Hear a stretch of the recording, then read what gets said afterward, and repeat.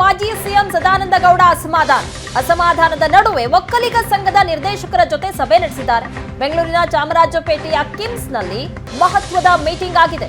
ಬೆಂಗಳೂರು ಉತ್ತರ ಕ್ಷೇತ್ರದಿಂದ BJP ticket ಕೈತಪ್ಪಿದ್ದಕ್ಕೆ ಬೇಸರದಲ್ಲಿದ್ದಾರೆ Sadananda Gowda. Bengaluru ಉತ್ತರ ಕ್ಷೇತ್ರದ ಟಿಕೆಟ್ ನೀಡೋದಾಗಿ ಕಾಂಗ್ರೆಸ್ ಆಫರ್ ಕೊಟ್ಟಿದೆ. ಕಾಂಗ್ರೆಸ್ ನಾಯಕರು ಸಂಪರ್ಕಿಸಿದ್ದು ನಿಜ ಅಂತ ಸದಾನಂದ ಗೌಡ ಅವರು ಹೇಳಿದರು. ಇಂದು ಒಕ್ಕಲಿಗ ಸಂಘದ ನಿರ್ದೇಶಕರ ಜೊತೆ ಚರ್ಚೆ ನಡೆಸಿದ್ದಾರೆ. ಹಾಗಾದ್ರೆ ಆ ಚರ್ಚೆಯ ರಹಸ್ಯ ಏನು? ನಾಳೆ ಸುದ್ದಿಗೋಷ್ಠಿ ನಡೆಸ್ತೀನಿ ಅಂತ ಡಿವಿ ಸದಾನಂದ ಗೌಡ ಅವರು ಹೇಳಿದ್ದಾರೆ. ಬಿಜೆಪಿಗೆ ಗುಡ್ ಬೈ ಹೇಳಿ ಕಾಂಗ್ರೆಸ್ ಸೇರ್ತಾರಾ ಮಾಜಿ ಸಿಎಂ? ಮುಂದಿನ ನಿಲುವಿನ ಬಗ್ಗೆ ಚರ್ಚೆ ನಡೆಸಿದ್ರ ಸದಾನಂದ ಗೌಡ ಇವತ್ತಿನ ಮೀಟಿಂಗ್ನಲ್ಲಿ. ಒಕ್ಕಲಿಗ ಸಂಘದ ನಿರ್ದೇಶಕರ ಜೊತೆಯಲ್ಲಿ ಸದಾನಂದ ಗೌಡ ಮೀಟಿಂಗ್ ಅನ್ನು ನಡೆಸಿರುವಂತಹ ದೃಶ್ಯಗಳನ್ನು ನೋಡ್ತಾ ಇದ್ದೀವಿ.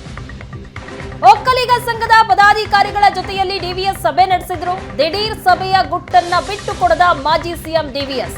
ಒಂದಷ್ಟು ವಿಚಾರಗಳನ್ನ ಸಭೆಯಲ್ಲಿ ಪ್ರಸ್ತಾಪ ಮಾಡಲಾಗಿದೆ. ಈಗ ಯಾವುದನ್ನು ಹೇಳಲ್ಲ, ನಾಳೆ ಸುದ್ದಿಗೋಷ್ಠಿಯನ್ನ ಕರೀತೀನಿ.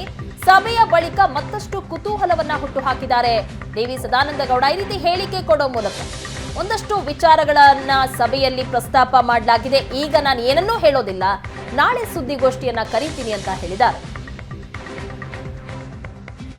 ಅಧ್ಯಕ್ಷರಾದಂಥ ಹನುಮಂತರು ಅವರು ಮತ್ತು ಅವರ ಎಲ್ಲ ಉಪಾಧ್ಯಕ್ಷರುಗಳು ಮತ್ತು ಕಾರ್ಯಾಧ್ಯಕ್ಷರು, ನಿರ್ದೇಶಕ ಮಂಡಳಿಯವರು ನನಗೆ ಫೋನ್ ಮಾಡಿ ನಾನು ನಿಮ್ಮಲ್ಲಿಗೆ ಬರ್ತೀನಿ, ನಿಮ್ಮಲ್ಲಿ ಸ್ವಲ್ಪ ವಿಚಾರಗಳನ್ನು ಮಾತಾಡಲಿಕ್ಕಿದೆ ಅಂತ ಹೇಳುವಂಥ ಮಾತನ್ನು ಹೇಳಿದರು.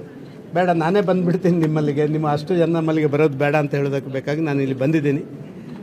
ಒಂದಷ್ಟು ವಿಚಾರಗಳನ್ನು ಅವರು ನನ್ನ ಜೊತೆ ಪ್ರಸ್ತಾಪ ಮಾಡಿದ್ದಾರೆ. ಅದರ ಬಗ್ಗೆ ನಾನೇನು ಇವತ್ತು ಹೇಳಲಿಕ್ಕೆ ಇಷ್ಟಪಡೋದಿಲ್ಲ. ನಾನು ಈಗಾಗಲೇ ನಿಮಗೆ ಹೇಳಿದ್ದೀನಿ, ನಾಳೆ ನಾನು ಪ್ರೆಸ್ ಮೀಟ್ ಮಾಡ್ತೇನೆ ಅಂತೇಳಿ. ಆ ಪ್ರೆಸ್ ಮೀಟ್ನಲ್ಲಿ ಎಲ್ಲ ವಿಚಾರಗಳನ್ನು ನಾನು ಉಲ್ಲೇಖ ಮಾಡ್ತೇನೆ. ನಾಳೆ ಪ್ರೆಸ್ ಮೀಟ್ ಮಾಡ್ತೀನಿ ಅಂತ ಹೇಳಿದ ಮೇಲೆ ಅದರಲ್ಲೇ ಬರುತ್ತೆ ಎಲ್ಲ. ಸರ್, ನಿನ್ನೆ ಹೇಳಿದ್ದೀನಿ ನಾನು.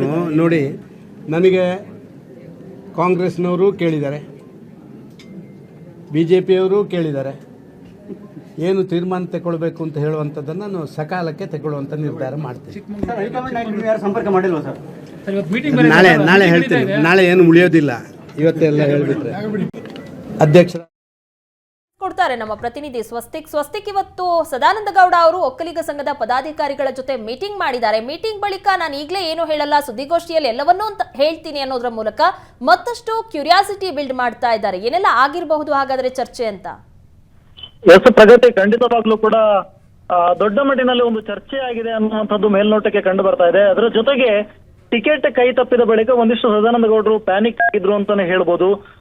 ಸಾಕಷ್ಟು ನಿರೀಕ್ಷೆಯನ್ನು ಇಟ್ಕೊಂಡಿದ್ರು. ಒಂದ್ಸಲ ನಾನು ರಾಜಕೀಯ ಕ್ಷೇತ್ರವನ್ನು ಬಿಡ್ತೀನಿ ಅಂತ ಹೇಳಿದ್ರು ಕೂಡ ಮತ್ತೆ ನನಗೆ ಟಿಕೆಟ್ ಸಿಗಬೇಕು, ಬಿಜೆಪಿ ಟಿಕೆಟ್ ನನಗೆ ಸಿಗಬೇಕು ಅನ್ನುವಂಥ ನಿಟ್ಟಿನಲ್ಲೂ ಕೂಡ ಸದಾನಂದ ಗೌಡರು ಅಪೇಕ್ಷೆಯನ್ನ ಇಟ್ಕೊಂಡಿದ್ರು. ಏಕಾಏಕಿ ಈಗ ಟಿಕೆಟ್ ಕೈ ತಪ್ಪಿರುವಂತಹ ಹಿನ್ನೆಲೆಯಲ್ಲಿ ಸಾಕಷ್ಟು ಅವರನ್ನು ಸಂಧಾನ ನಡೆಸುವಂತ ಪ್ರಯತ್ನ ಕೂಡ ಆಗಿತ್ತು ಬಿಜೆಪಿಯಿಂದ. ಆದ್ರೆ ಈಗ ಏಕಾಏಕಿ ಒಕ್ಕಲಿಗ ಸಂಘದ ಪದಾಧಿಕಾರಿಗಳ ಜೊತೆಗೆ ಡಿವಿಎಸ್ ಅವರು ಮೀಟಿಂಗ್ ನಡೆಸಿರುವಂತದ್ದು ತೀವ್ರವಾದಂತಹ ಕುತೂಹಲವನ್ನು ಹುಟ್ಟಿಸಿದೆ. ಮತ್ತೆ ನಾಳೆ, ಅದರಲ್ಲೂ ಕೂಡ ಹೇಳಿರುವಂತದ್ದು, ನಾಳೆ ನಾನು ಸುದ್ದಿಗೋಷ್ಠಿಯನ್ನ ಕರಿತೇನೆ, ಸುದ್ದಿಗೋಷ್ಠಿಯಲ್ಲಿ ನಿಮ್ಗೆಲ್ಲರಿಗೂ ಕೂಡ ಸ್ಪಷ್ಟವಾಗಿ ಹೇಳ್ತೀನಿ ಅಂತ ಹೇಳಿರುವಂತದ್ದು.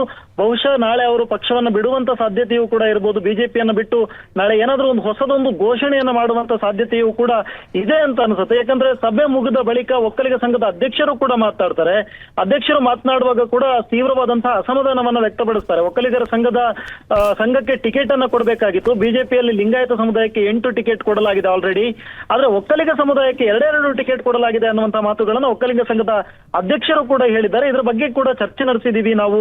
ಜೊತೆಗೆ ಅನೇಕರಿಗೆ, ಸಿ ಟಿ ರವಿ ಆಗಿರ್ಬೋದು, ಪ್ರತಾಪ್ ಸಿಂಹ ಆಗಿರ್ಬೋದು, ಒಕ್ಕಲಿಗ ಸಮುದಾಯಕ್ಕೆ ಸೇರಿದಂತಹ ಪ್ರಭಾವಿ ನಾಯಕರಿಗೆ ಟಿಕೆಟ್ ಮಿಸ್ ಆಗಿದೆ. ಹಾಗಾಗಿ ಒಕ್ಕಲಿಗ ಸಂಘದ ಅಂದ್ರೆ ಒಕ್ಕಲಿಗ ಸಮುದಾಯಕ್ಕೆ ಸೇರಿದವರಿಗೆ ಟಿಕೆಟ್ ಕೊಡಬೇಕು ಅನ್ನುವಂಥ ನಿಟ್ಟಿನಲ್ಲಿ ನಾವು ಆಗ್ರಹವನ್ನು ಮಾಡಿದ್ದೀವಿ ಅನ್ನುವಂಥ ಮಾತುಗಳನ್ನ ಒಕ್ಕಲಿಗ ಸಂಘದ ಅಧ್ಯಕ್ಷರು ಕೂಡ ಹೇಳಿದ್ರು. ಹಾಗಾಗಿ ನಾಳೆ ಬಹುಶಃ ದೊಡ್ಡದಾದಂತಹ ಒಂದು ಡಿಸಿಷನ್ ಅನ್ನು ಸದಾನಂದ ಗೌಡರು ತಗೊಳ್ಬಹುದು ಅಂತ ಅನಿಸ್ತದೆ. ಪ್ರಗತಿ, ಥ್ಯಾಂಕ್ ಯು ಸ್ವಸ್ತಿಕ್, ನಿಮ್ಮೆಲ್ಲ ಡೀಟೇಲ್ಸ್ಗಾಗಿ.